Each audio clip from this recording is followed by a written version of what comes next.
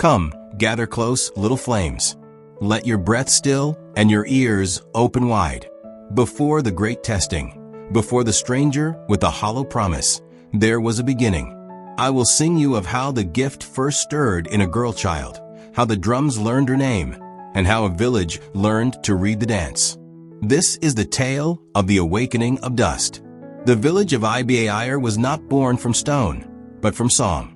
Its founder, the warrior poet Ire, chose the land because when he struck his spear into the red earth, the wind hummed a harmony.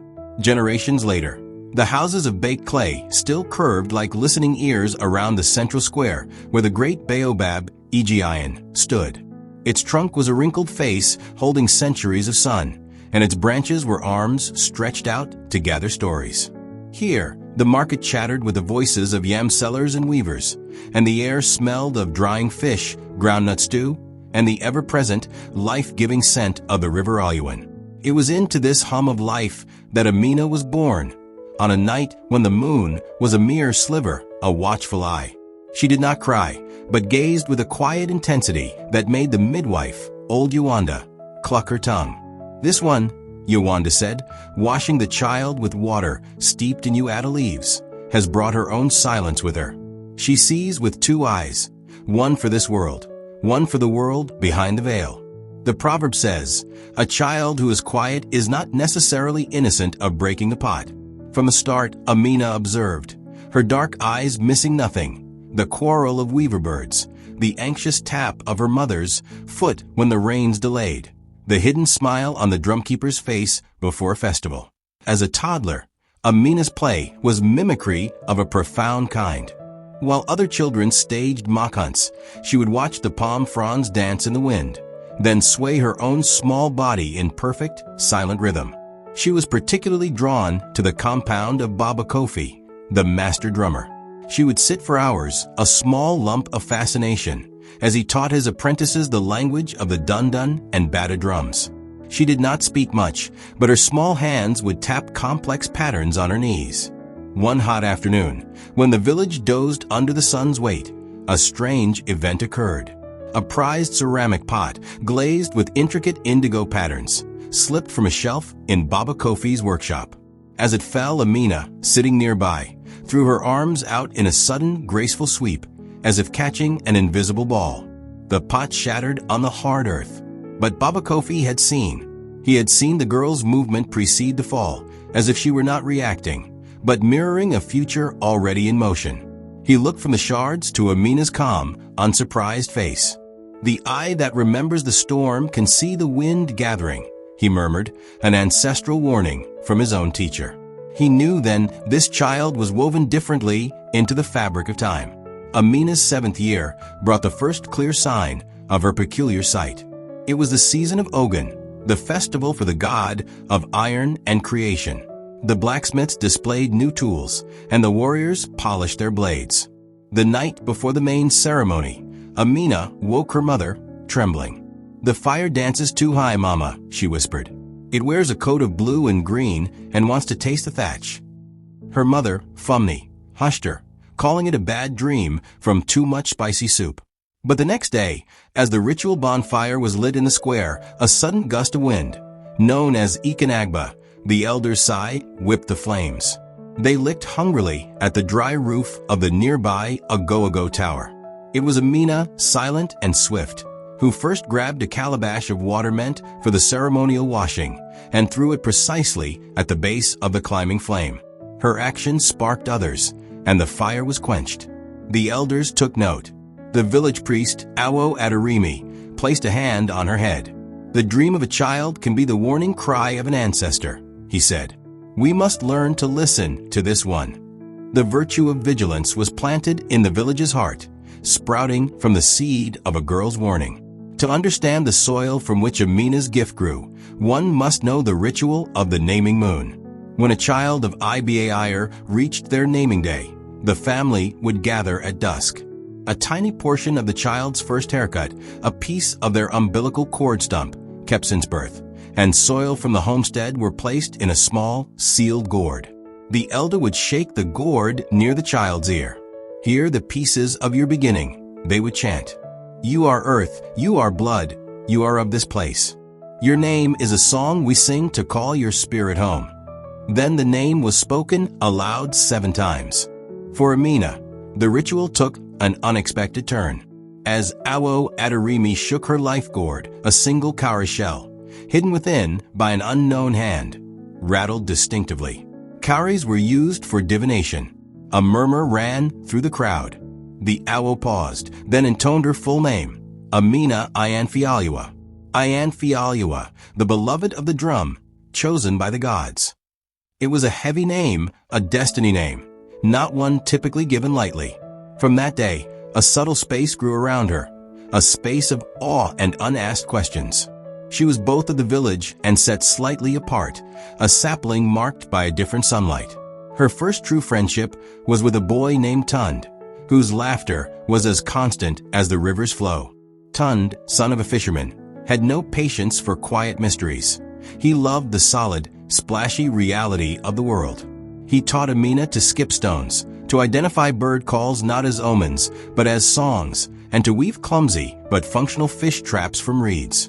With Tund, Amina was not the one who saw behind the veil. She was just a girl with skinned knees and a quiet smile. One day, by the river, Tund challenged her to a race across a familiar, wide fallen log. As they poised to run, Amina froze. Her 2 eyes blurred. She saw not the solid log, but a vision of it crumbling under Tund's 3rd step, saw him falling onto a sharp, hidden branch below. She grabbed his wrist. "No," she said, her voice firm with a certainty that belied her years. "The log is tired. It dreams of being soil again." Tund, frustrated, yanked his arm away and took a step. The wood beneath his foot gave way with a sickening crack, just as she had seen. He stumbled back, safe but pale.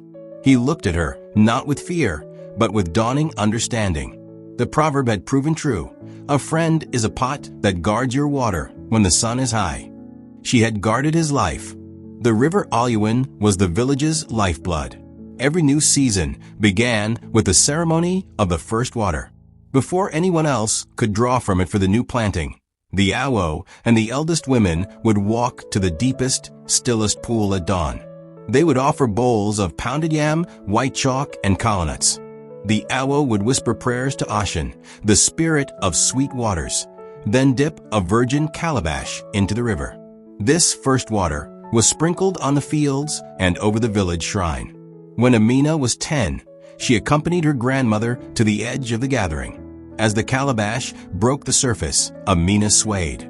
She saw not just water, but a fleeting vision within it, the reflection of a strange, glittering insect she had never seen before, swarming over the sorghum heads.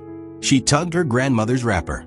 "The water shows a crown of moving stars on the grain," she whispered. The old woman reported this to the Awo. He pondered, then advised the farmers to plant a border of bitterleaf shrubs around the sorghum fields, a traditional deterrent for certain pests.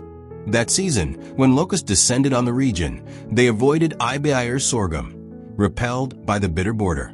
The village's trust in Amina's glimpses deepened from curiosity to reliance, teaching the virtue of preparedness.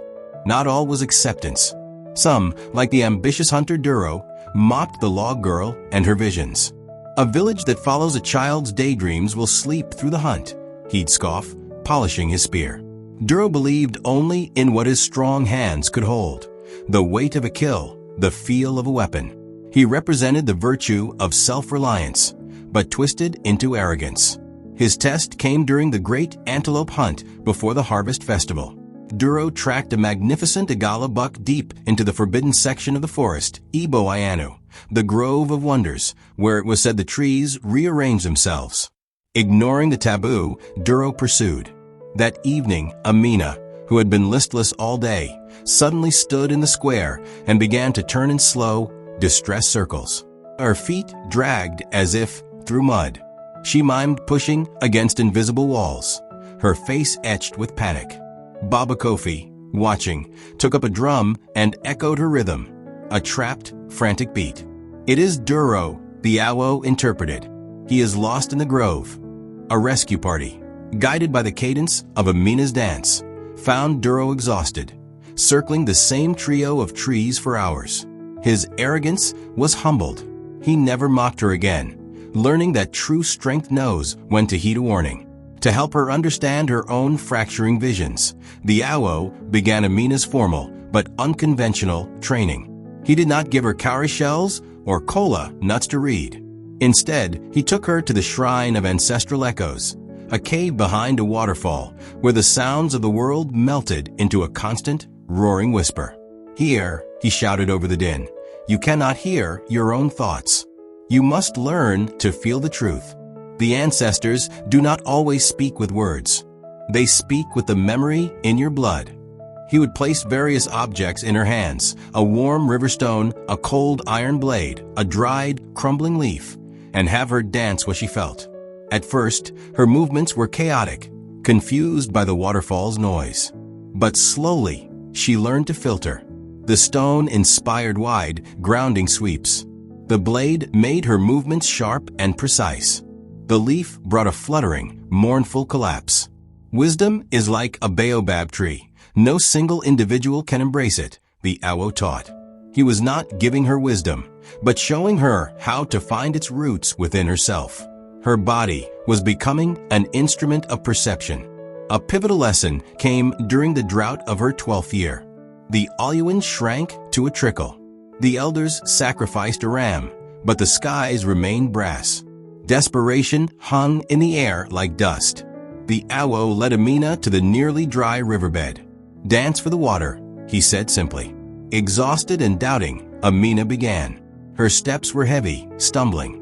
She felt nothing but the cracked earth under her feet. She fell, scraping her knees on the parbed bed. As she lay there, defeated, a strange clarity came. It was not a vision of rain, but a memory, not her own, but an ancestral one.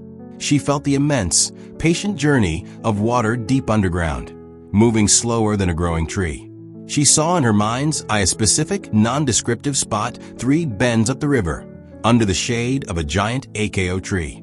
She rose, and with newfound grace, danced a slow, sinking, pooling motion, ending with her hands cupped and pointed upriver. "There," she panted. "The river is sleeping there, close to the skin." The diggers found a deep, hidden spring.